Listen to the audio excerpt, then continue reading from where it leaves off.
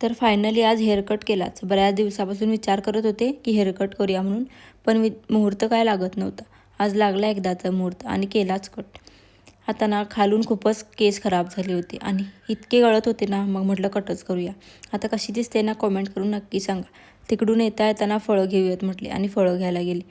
पण ना इतके महाग सांगत होते ना ते, म्हणून फक्त दोन्ही हे अननस तेवढंच घेतले आणि घरी आले. आणि आज बऱ्याच दिवसांनी ना स्कूटी बाहेर काढली होती. बरेच दिवस तशीच ठेवलेली होती, त्याच्यामुळे ना चालूच होत नव्हती. कशीबशी चालू केली आणि एक राऊंड मारून आले. आता बरेच दिवस झाले स्कूटी हातात घेऊन, त्यामुळे ना भीती तर वाटत होती, पण आली बाबा एकदाशी चालवायला. त्याच्यानंतर ना सुद्धा बराच वेळ माझ्याकडे होता. मग काय गेले टेरेसवरती ऊस घेऊन. आता टेरेसवरती आले आणि हा पाठीमागून आला नाही ना, असं तर होऊच शकत नाही. टेरेसवरती आल्यावर ना याचे 3-4 शॉट्स सहजच होऊन जातात. मग त्याच्यानंतर खाली आले. आता मम्मींच्या इकडं चालू होतं उद्याच्या नाश्त्याची तयारी आणि ताईंचं चालू होता स्वयंपाक. आता मी निवांत बसले होते. तर चला भेटूया पुढच्या ब्लॉगमध्ये. तोपर्यंत बाय बाय.